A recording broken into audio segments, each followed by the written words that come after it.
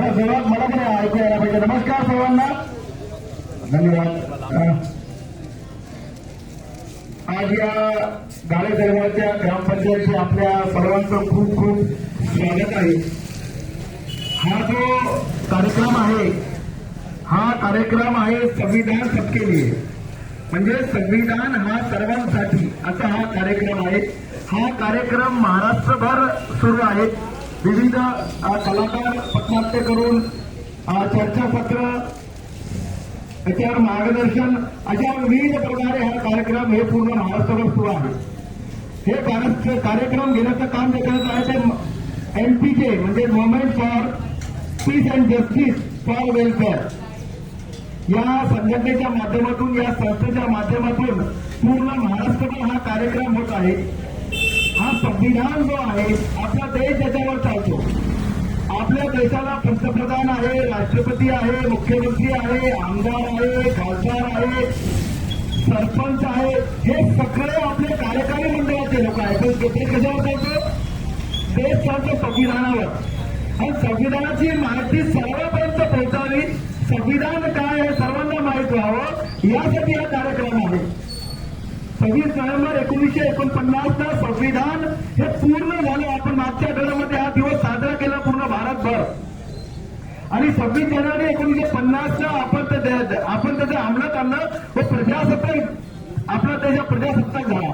तेव्हापासून लोकशाही मार्गाने आपण या देशामध्ये राबवत आहोत. पण लोकशाही कशाच्या आधारे चालते? लोकशाही चालते आपल्या संविधानाच्या आधारावर.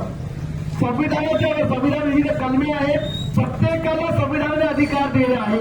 मग तो लहान मुलगा असेल, महिला असेल, नवयुवक असेल, ज्येष्ठ नागरिक असेल, भारताच्या प्रत्येक माणसाला, प्रत्येक जीवाला त्यांनी जीवन कसं जगावं, या देशामध्ये कसं राहावं, आपलं जीवन कसं अर्पित करावं, कशी नोकरी द्यायची, कसे आपले दिनचर्या चालवायची, या सगळ्यांचं हे सगळं करण्याचं काम, आपल्याला प्रत्येक न्याय मिळवून देण्याचं काम, आपल्या न्याय व्यवस्था कशी चालणार, आपला देश कसं चालणार, हे सगळं कोणी करायचं तर संविधानाच्या मार्फत चालतो.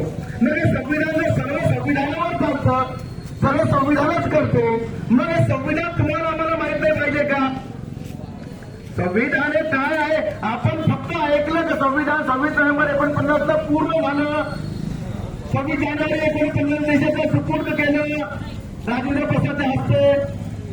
आपण तिची कार्यप्रणाली कशी आहे, संविधानामध्ये आपले फंडामेंटल राईट काय काय आहेत, मूलभूत अधिकार काय काय आहेत, हे सगळं आपल्याला माहीत व्हावं म्हणून movement for peace and justice या संस्थेने पूर्ण महाराष्ट्रभर कार्यक्रम केलेले आहेत.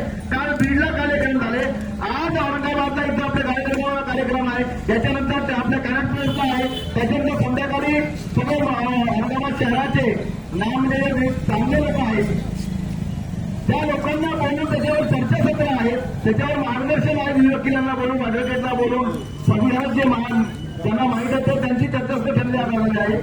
असे एक कार्यक्रम आहे. आज आपण इथं हा जो कार्यक्रम आहे, पटनाचे आमचे पूर्ण टीम इथे आलेली आहे.